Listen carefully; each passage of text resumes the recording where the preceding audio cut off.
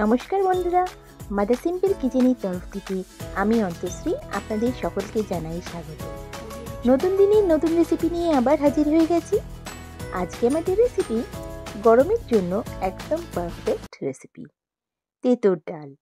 হ্যাঁ বন্ধুরা, সবাই তো এটা করতে পারেন, তবু আমি কিভাবে করি এটাই শেয়ার করেছি। এর জন্য আমাদের দরকার করলা।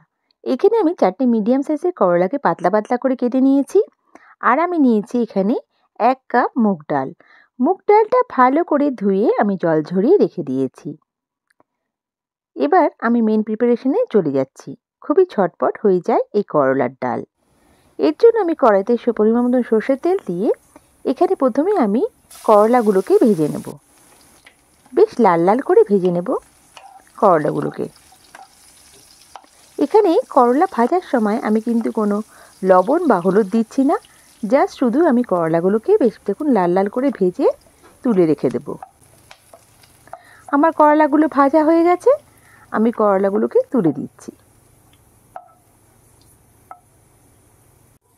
এবার আমি ফোড়নের জন্য একটা শুকনো লঙ্কা আর 1 চামচ আমি এখানে কালো জিরে ব্যবহার করব। শুকনো লঙ্কাটা প্রথমে একটু হালকা করে ভেজে নিচ্ছি। বেশ সুন্দর যখন ঘ্রাণটা আসবে তখন আমি এখানে কালো জিরে দিয়ে দিচ্ছি 1 টেবিল স্পুন মতন। দিয়ে একটু হালকা নাড়িয়ে চাড়িয়ে নিয়ে আমি এখানে অ্যাড করে দেব আমার ধুয়ে রাখা মুগ ডালটা। এটাতে কোনো মশলা বেশি ব্যবহার হয় না, আর খুবই হালকা পাতলা রেসিপি, আর একদম সহজভাবে আমি এটাকে করি। আর এটা খেতেও কিন্তু খুব টেস্টি হয়। দেখুন মুগ ডালটা আমি এই তেলের মধ্যে ভেজে নিচ্ছি ফোড়নের সাথে। ভালো করে একটু ভেজে নিয়ে এরপর আমি এখানে অ্যাড করে দেব আমার হলুদের গুঁড়ো। আমি এখানে 1/2 চামচ মতন হলুদের গুঁড়ো অ্যাড করছি। খুব বেশি হলুদের গুঁড়ো দেওয়ার প্রয়োজন নেই। দেখুন ভালো করে একটু মিশিয়ে নিয়েছি। এবার আমি এখানে ভেজে রাখা করলাটা অ্যাড করে দেব। ভেজে রাখা করলাটা দিয়েও ভালো করে মুগ ডালের সাথে আমি একটু ফ্রাই করে নিচ্ছি। এবার আমি এখানে জল অ্যাড করে দিচ্ছি। দেখুন ভালো মতন একটু নাড়িয়ে চাড়িয়ে নিয়ে এখানে অ্যাড করতে হবে এরপর লবণ। এখানে স্বাদ অনুযায়ী লবণ অ্যাড করছি, আর এখানে আমি চিনি অ্যাড করছি।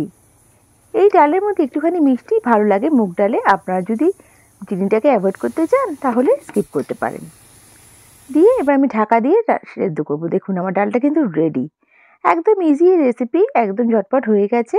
সার্ভ করার সময় শুধু ঘি দিয়ে সার্ভ করবেন, স্বাদ হবে দ্বিগুণ।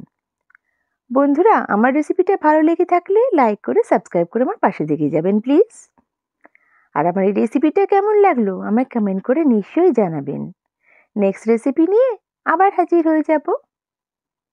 আর যদি চান আমি কোনো নতুন নতুন রেসিপি আপনাদের সঙ্গে শেয়ার করি, অবশ্যই আমাকে কমেন্ট বক্সে মেনশন করবেন। আমি শেয়ার করার চেষ্টা করব। সবাই ভালো থাকবেন, সুস্থ থাকবেন। বাই। Thank you.